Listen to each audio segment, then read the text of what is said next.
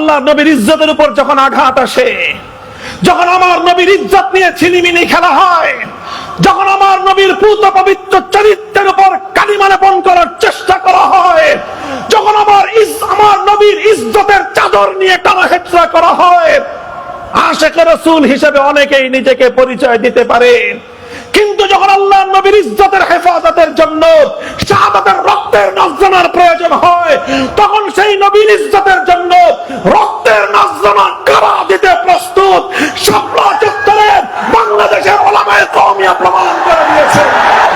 বিজয়ের ভিত শাহাদাতের রক্ত দিয়ে আল্লামা আহমদ শফী জুনায়েদ বাবুনগরের সন্তানরা কায়েম করেছিল। রক্ত দিয়ে শাপলা চত্বরে বিজয়ের বীজ রচনা করা হয়েছিল। সেই বীজ ফুলে ফলে সুশোভিত হয়ে এক যুগের পর 2024 সালের জুলাই মাসে আগ্নেয়গিরি হিসেবে প্রতিফলিত হয়েছিল।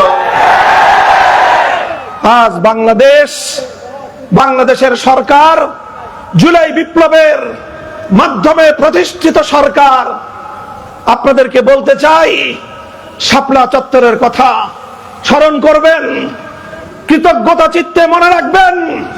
যদি শাপলার শহীদদের সঙ্গে যদি অকৃতজ্ঞতার প্রদর্শন করা হয়, শাপলার শহীদদেরকে যদি আমার বাংলাদেশের রাষ্ট্র অথবা সরকার স্বীকৃতি দিতে ব্যর্থ হয়, আমি এই সরকার এবং রাষ্ট্রযন্ত্রকে গাদ্দার ও বিশ্বাসঘাতক বলে আখ্যায়িত করতে চাই।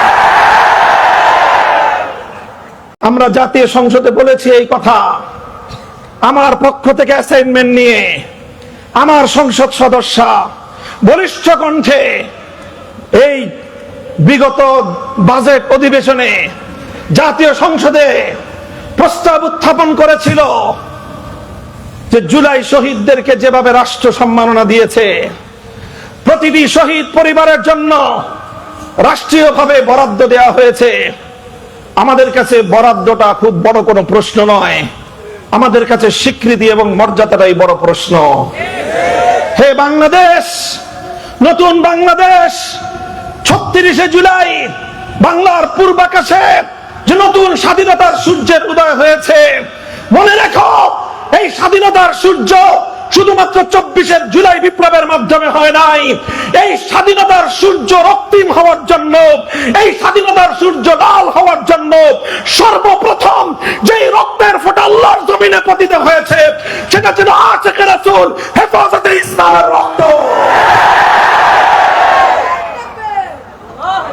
কাজেই আজও পর্যন্ত বাংলাদেশের রাষ্ট্র, আজও পর্যন্ত বাংলাদেশের সরকার শাপলার সেই শহীদদেরকে এখনো পর্যন্ত যথাযোগ্য সম্মান মর্যাদা দিতে পারে নাই। জাতি হিসেবে এটা আমাদের জন্য লজ্জার বিষয়।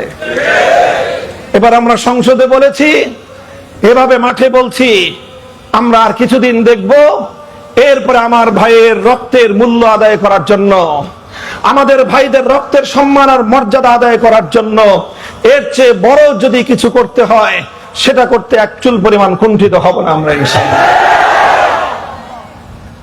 কাজেই যতবার জুলাইয়ের কথা আসবে, ততবার শাপলা থেকে শুরু করতে হবে। যতবার জুলাই বিপ্লবের কথা বলবে, ততবার শাপলার শহীদদেরকে স্মরণ করতে হবে।